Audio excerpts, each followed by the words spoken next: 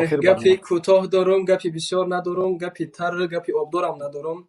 گپی میزنم که یک قمچینی است برای همه عیبداران و گناهکاران و همه جنایتکاران. اکای محمد اقبال باور کنید شرمم میآید از اون همه مقام و مقامداران، از همون همه قاضی و سودیه و از اون همه منصب دارانی که امروز مردمش در عذاب هست، مردمش نان خوردن ندارد، مردمش فقیر است، دولتش یک هیچ چیز نمیبرورد، یک دندان کوک، یک تسمه میان حتی نمیبرورد، یک بالاسفید، یک هیچ چیزی نمیبرورد. اما امروز میخیزد و میگوید تاجیکستان به پیش.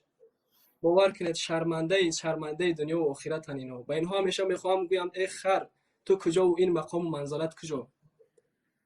باور کنید با اکای محمد اقبال دردم میآید اون لحظه ای که یک به شرف، یک به ذات، یک به ناموس، به فرهنگ، به دین و آیین که میخزد امروز برای ملت تاجیک میگوید که ملت تاجیک باید چگونه سر و لباس پوشند، باید چگونه مقصد مکتب و مدرسه و چگونه باید زندگی کند.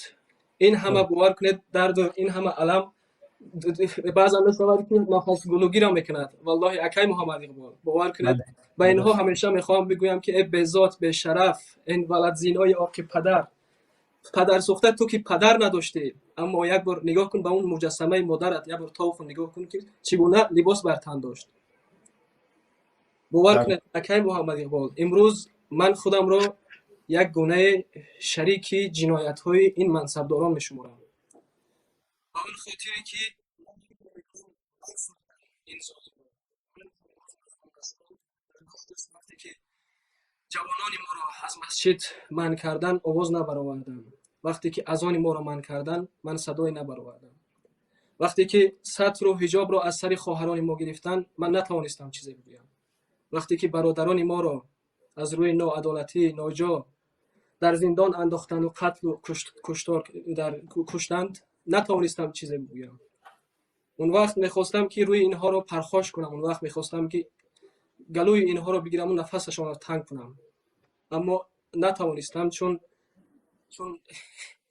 بله معذوره انشاءالله که خداوند من امروز خودم را باور امروز هم که بیداری شما و جوانان انشاءالله که سبب میگردد که این ملت باید دیگر از جوانش وقتی پیرمرد این ملت خودش گناهکار نمیداند و یک جوان این ملت خودش گناهکار میحسابد در این خطر مصیبت هایی که بر رحمان اجازت دادیم که اون بالا با بالا رفت و گفت که انا ربکم الاعلی، یک جوان وقتی خودش گناهکار میدونه پس وای به حال پیر این ملت که باز حالا هم بگه که من گناه ندارم رحمانوف گناهکاره.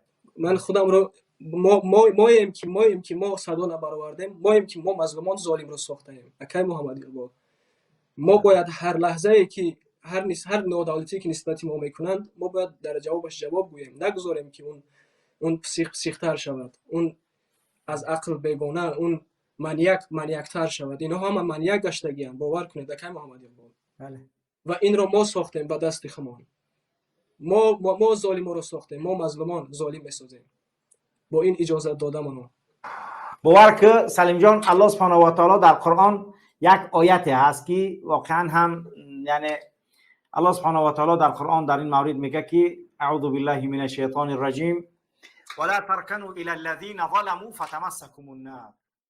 یعنی این واقعا برای ظالمان است، برای مظلومان است. مظلوم باید آگاه باشد که یعنی این وضعیتی که ما داریم حالا هم ظلم میکنن، حالا هم برای ما فشار میارن، یعنی کار نداریم انجام بدیم، در حال نصیر و کمک کننده ما تنها الله هست.